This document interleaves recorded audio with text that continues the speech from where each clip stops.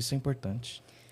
Mas assim, pensando até nesse cenário, né, do que esperar da Brasfeed, a gente vem discutindo algumas questões que infelizmente impedem a gente a negociações devidas, né? Existe uma grande taxa de desperdício. Tomadores de serviço fazendo queixas que são verdadeiras, são reais. O paciente chegou ali e foi admitido pelo serviço por um pós-operatório de fêmur. Óbvio, muitas vezes polidiagnosticado. Mas o foco dessa atenção domiciliar é reabilitar pós-operatório de fêmur, ponto. E, por vezes, dependendo de quem está fazendo a gestão desse serviço, o paciente fica 6 meses no programa. Não justifica. Então, a gente não entrega também para o lado de lá previsibilidade. A gente não entrega desfecho. A gente não transita o paciente da forma adequada. Eu falo, a gente quer o setor mesmo. É um problema macro, não é um problema do Polo São Paulo. Não, é um problema grande nacional que a gente tem. Então, a gente está indo agora para outras questões de discussão, porque para eu sentar numa mesa de negociação e conseguir realmente uma negociação mais devida, eu também sou questionada pelas entregas. A gente tem uma questão muito grande de fraude, gente. A gente tem filmagem, isso é vergonhoso. Do profissional chegando na casa, tocando a campainha e saindo correndo para o carro de volta para falar que não foi atendido pela família. Caramba. Isso envergonha a nossa profissão. Isso desmerece todo um setor que está ali se desenvolvendo. Então, assim, o profissional ele administra a própria agenda dele. Ele faz lá o roteiro dele, a programação dele, ele agenda com a família. E hoje a gente tem N possibilidades de tecnologia para se comunicar. Tem a ligação, tem o WhatsApp, tem o agendamento de volta, né? Você avisar a empresa que está administrando o cuidado. A gente sempre tenta falar de período e não de horário engessado, porque é difícil você cumprir uma agenda de horário engessado falando de período para chegar na casa e não ter furo de atendimento. Agora, infelizmente, esse tipo de situação de fraude, não ter outro nome para falar, infelizmente, compromete todo mundo que trabalha de forma devida. Por vezes, a gente vê um paciente que está ali, um paciente crônico, que já tem ali o cuidado há muito tempo, ele transita de uma empresa para outra, de uma operadora para outra. Quando a família confia na equipe, essa equipe vai acompanhando esse paciente, porque existe uma confiabilidade na entrega. Então, esse profissional que ele consegue ter esse perfil é o profissional que está trabalhando de forma correta. Agora, tem muita gente reclamando do setor, mas que também não está entregando aquilo que deveria entregar. Enquanto a gente não tiver essa balança equalizada, olha que difícil que é sentar para negociar numa mesa. Sim, muito. Até porque esse cara que saiu correndo aí da campanha, ele é só um sintoma de um problema maior que envolve tudo ali, né? Porque para mim é óbvio porque ele tá correndo ali, né? Tá posto, né, o problema. Então, não basta resolver ele. Ele não é o problema, né? Ele é só o sintoma final ali. Precisa ir lá na raiz, resolver desde lá de trás e todo mundo tá disposto a resolver isso junto, né? Na E verdade, é difícil.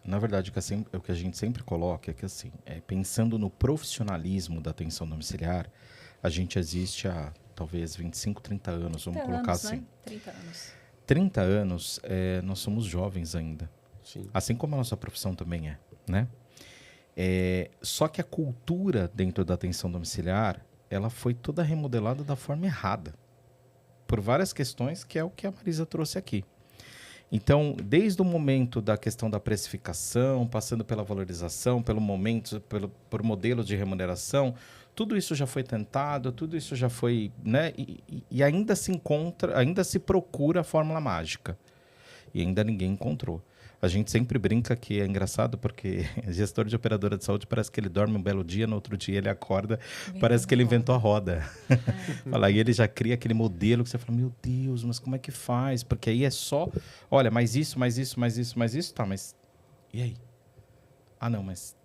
Então, assim, é sempre complexo essa relação, entendeu? E para trabalhar essa relação e para mudar tudo isso, a gente precisa trabalhar pela questão da entrega. A gente está falando de 52 milhões de beneficiários. da saúde suplementar. É muita gente. É muita Um gente. quinto da população. Exato. Então, assim, não dá para você chegar e falar assim, ai, não atenda, que nem muito mentor, ai, não atenda mais para saúde suplementar. Poxa, mas peraí, por que não atende? Se você conseguiu trabalhar a sua carreira de uma forma diferente, legal. Agora, se você não conseguiu, por que o João não pode fazer e, de repente, daquele atendimento dele, ele vai conseguir ter a vizinha do lado, que ele vai conseguir cobrar o valor do referencial, porque ele vai entregar um atendimento de valor para a Marisa. E aí a Marisa vai indicá-lo, ele vai atender uma situação melhor e aí com certeza ele vai conseguir escalonar a carreira dele. O que a gente percebe hoje é que cada vez mais a gente tem isso, não só a fisioterapia, eu não sei se é a geração, eu não sei o que acontece, mas nós temos pessoas que acabam de se formar e que é CCO. Não tem o tempo, não tem assim, calma, tudo é devagar, tudo é com o tempo, tudo é uma construção. O Augusto Cruz, ele não é o Augusto Cruz aqui, chegou, vou fazer o podcast, o Ivens da mesma forma. Vocês têm uma trajetória, vocês têm uma história. Marisa tem uma história, eu tenho a minha e por aí vai. Então, isso tudo é importante a gente pensar. E cada vez mais a gente vê que os profissionais, eles são imediatistas. Eles querem aquilo para ontem. Eu entendo que a Marisa trouxe, eu entendo. A questão da precificação, eu entendo. Só que vamos trabalhar junto. Vamos pensar em métricas juntos para a gente construir isso e conseguir chegar para a operadora de saúde com uma situação diferente, onde eu consiga mostrar a eficácia, esse valor por atendimento, um desfecho, para eu conseguir negociar melhor. Para eu conseguir tratar uma estratégia melhor. E tem uma questão... Tem gente que faz, tá? Não são todos, pelo amor de Deus. Sim. Eu já falei isso num evento do Crefito e eu acho que isso é um exemplo assim que vai ficar sempre registrado na minha cabeça. Enquanto profissional assistencial, eu sempre me vi como gestora da minha própria carreira, do que eu ia ou não assumir de paciente, do roteiro que eu ia ou não assumir de rota de atendimento. E eu, óbvio, né, recém-casada, engravidei com 10 meses de casada, insegura se eu ia conseguir pagar minhas contas. E, assim, incrivelmente, durante a gestação foi onde eu mais tive paciente particular. E eu não fui atrás. Em 2010 não tinha essa coisa de rede social, não dava para fazer dancinha para engajar, né? Eu, assim, ia recebendo... fulana de tal me indicou. Eu atendi a região de Pompeia, Perdizes, tem muito idoso, né? O fulano do 15º, você está indo lá? Olha, a senhora do 13º, a filha falou que ia falar com você no final do atendimento. Você consegue passar lá? E eu ia conseguindo ter meus pacientes particulares. Mas eu nunca deixei a minha fonte segura, porque era na suplementar que eu conseguia ter um fluxo de garantia de recebível. E sair de licença maternidade distribuindo o paciente particular. Então, assim, antes de tudo, enquanto você, Augusto, chega lá na casa do paciente, você está colocando o seu nome profissional, o seu Crefito para fazer aquele atendimento. Se vão falar bem ou mal, em primeiro lugar vai ser do Augusto. Depois do Home Care X, da operadora Y e assim por diante.